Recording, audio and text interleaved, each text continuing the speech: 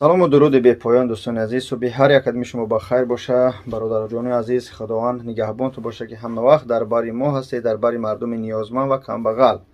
як муроҷиати кӯтаҳаке ба модарону хоҳароне доштам ки аз тоҷикистон мутаассифона хиёл мекунанд ки мисли пеш мегуфтанд аз ай дарахт пӯла мечини меравад, ҳамон хел фикр мекардан.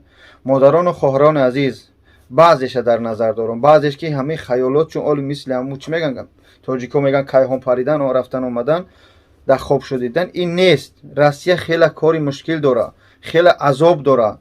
вақте ки ҷамъ биёӣ, хоҳиш мекунам аз ҳар як адми шумо, медунам 100 мушкилӣ доред, фарзандотон гишнанд, мақсад баъзеят аз шавҳар буромадаги, баъзе шавҳар гузаштагиян, мақсад худованд мушкилотон осон кунанд. вақте ки Россия мебиёед, дӯстони азиз, модарони азиз, пуртоқат бошед, бо сабр бошед. кор қин аст, аз пеш замистон аст.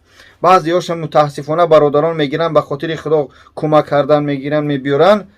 баъде ки меёранд инҷо модарони азиз соҳиби 4 тан гашидан, баъд уҷа бачаи хола пайдо мекунанд, баъд амма пайдо мекунанд, мебахшед. баъзеша дар назар дорам дар нохунак, баъзеш баъд ҷурави ё рафиқ баъд бега ё гулят, бо баъзеш мутаассифона сигарет мекашанд. итсо ман бедалел гап намезанам.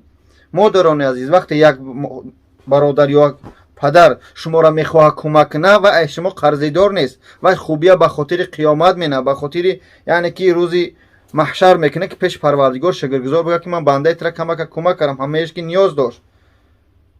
на барои ягон нафсонӣ, на барои ягон пули шумо вақте кӯмак ту кард, бидоне ки вай қадр кард, вай шукргузор пеш парвардигор ки модари вай дар кӯча нест, модари вай мисли шумо мақсад бешавҳар ё ки гишнаву ташна нест, шукргузор мекунад. вақте модарро мебинам, мақсад ман хидмат дар назар дорам ки мехоҳам ба хотири худо кӯмак кунам. ман миннат намекунам, дар хонаи ман 2 зан ҳастад. мутаассифона ва ёра видеорам тамошо кунам, ва ёра дар назар надорам. баъзе бародарон, инҷа бародарам дар нохунак баъзеш гунаҳгор ҳастанд ки зани якам карда, зани диям карда мегиранд, то тирамоҳо истифода мебаранд. вақте тирамоши бо хунаҳошо браванд даф шаванд, ауҷа баъд занако лаҷма то метиҳанд, гуфтем раҳмати моман, баъд мегира ба ягон баҳона ати да телефон шишти 24 соат ана ту ита карди. бадбахти ҳайвони дига ту вая намуни то тирамоҳо патент кунад, намуниш ки регистратсия кунад, ту дар хуна бишӣ, сатрки бишӣ. зани ман агар ту буро кор кунӣ, ман даҳюс мешавам. паати ҳайвони дига ки ту вая парт офти зана гирехти пеши он мебахши як қартон кунад, бева якамат ки рафти, и занак чико кунад? баъд то тирамоҳо намундиш патент кунад, намундиш регистратсия кунад, гишнаву ташна дар ҳамиҷа монд. баъзе бародарони аллоҳ медонам ки занша оварда дар ҳамиҷа дар мобайни 10-12 мардак монда. алҳамдулиллоҳ ки бо бародаро ёфт шидан, гуфтан хай биромадан дар связ, гуфтан бародар ҳамин хеле ҳол дора модар, ба хотири худо мо гирифтем кӯмакш кардем.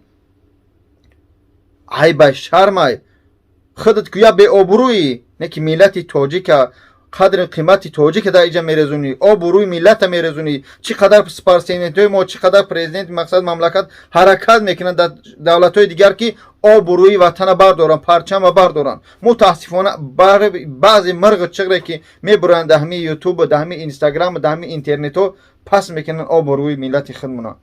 бародарое ки хоҳиш мекунанд, баъзе блогерое ки барои подписчик шида, барои просмотр шида мегире, валлоҳ қасам, хоҳари тоҷика дар инстаграм, ҳамаи хоҳар худаш заифа, меган занака муш дурост, ақлиш кам. вақте ки гирифт як видео кард, як гапе кард, бо як бадбахт гирифт дар инстаграм партофташ. баъзе бародарин бетавфиқе доранд ки бо ҳамая мегиранд, как буту акли вая насиҳат мекунанд, мегиранд дар аввали видео мемонанд, как я ҳақорат мена, ӯ занак душно мена, ягон гапи безе мега нисбати ягон кас, вая менав, баъд насиҳатши мена, ай то. валлоҳ қасам, ман худам як бачаи мақсад аки кӯчаам, як сағира камбағалмо, ай як ла валлоҳ қасам ҳамин таре мекунам ки ҳамата шарманда мекунам, сайтои ҳамата махқа мекунам, ба ҷавобгарӣ кашида мешед. аз ҳамин рӯз эҳтиборан, аз ҳамин субҳи содиқ, агар як каси гар ҳамта ман ку ҳеч ка нестам, не ки ҳамон қадар бародарое дорам ки ҳамта гӯшакота тофта меёранд, мегиранд ҳам сайтакотро махқа мекунанд. як нафари дига шумо, як модари мора, як хоҳари мора, як дизди ҳамаёра мегире дар интернет пан, хай хоҳар хато кард, дизди кард, паноҳш ку, ана и меган мусалмонӣ. парвардигор мега ки агар як бандаи ман хато як каси дигара, гуноҳи як каси дигара сатр кард, рӯзи қиёмат ман гуноҳи вая сатр мекунам. як каси дига агар ҳамин хел мекунӣ, валлоҳ ки сайтотонро махқам мекунӣ. ман медонам чӣ хел махқамш кунам. ما حرکت میکنیم آب روی تاجیک در شهرهای روسیه. الحمدلله نسبت پیش دوارنیک بودیم، در یک واگن 10-12 کس خواب بودیم. حاضر هر یک کدوم کوارتیر داریم 5-6 کس، بعضیمون قطع زن و فرزندان، بعضیمون ماشین آب رو توچکو در لوبلینا و صدوات نون برنامه حوض تاجیکا هستن. در دولت های دیگه الحمدلله برادر مثل اونا ابوبکر، مثل مقصد اونا مونیس جان چقدر بیرق ها را میبرن، چقدر مقصد نام تاجیک برداشته هستن. برای 4 پرسموتر، برای 4 سومی همون یوتیوب که او قدر سوم نمیتیه میگیرن، همون خودشو هم شرمنده میکنن، آبروی ملت میرزونن.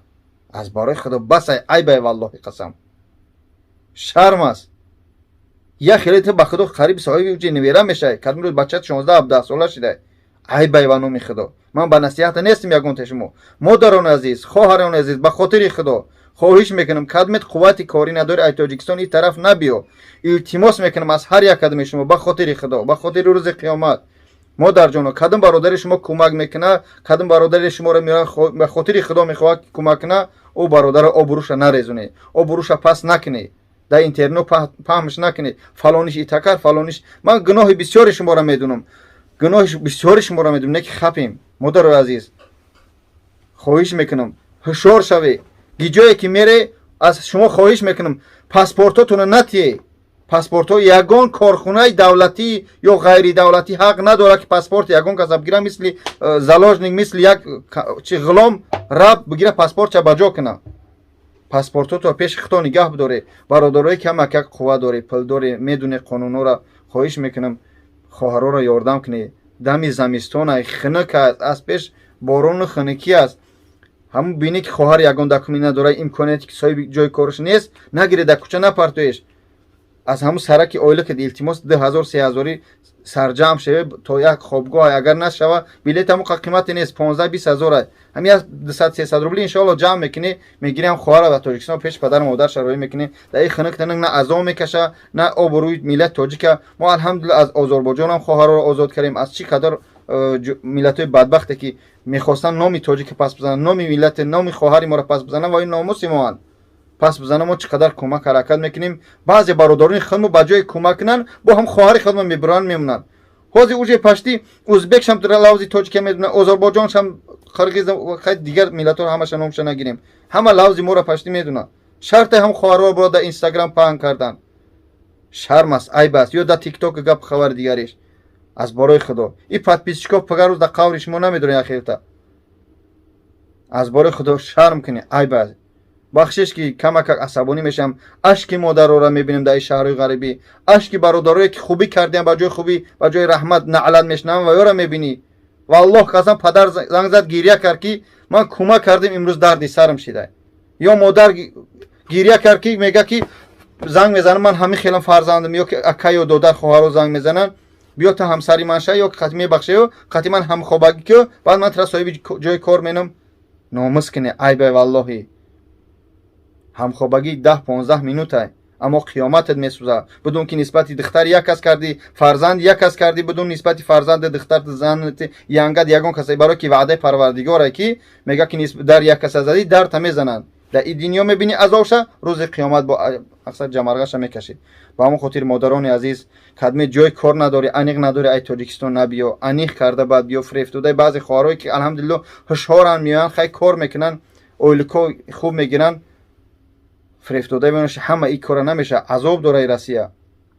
با اون خاطر احتیاط باشه.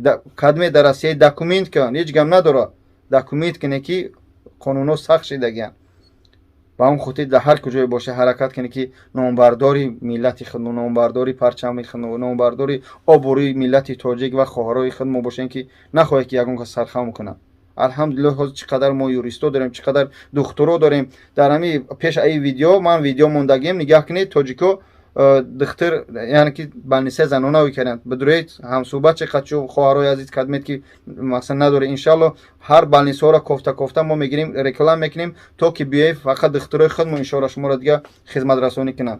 مادرای عزیز، خواهرای عزیز، برادران عزیز کدمت اگر سخت رسیده باشه بخشش، یعنی که ما به دلیل گپ نمیزنیم. چقدر زور میبیاد، چقدر میبینیم که میبرایم یا سخن میگیم. ما با نصیحت نیستیم، ما خود ما حرکت نیاز به نصیحت داریم.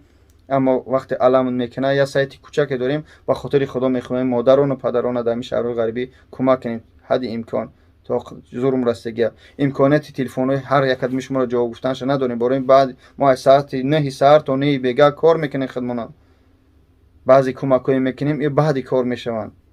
و خاطر خدا منو بفهمی یگان اگر کمبودی باشه از طرف ما بخشش.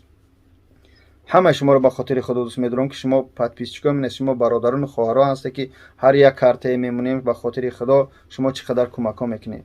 رحمت کنه پدر و مادر همه تکی همه وقت همراه ما هستی. السلام علیکم و رحمت الله.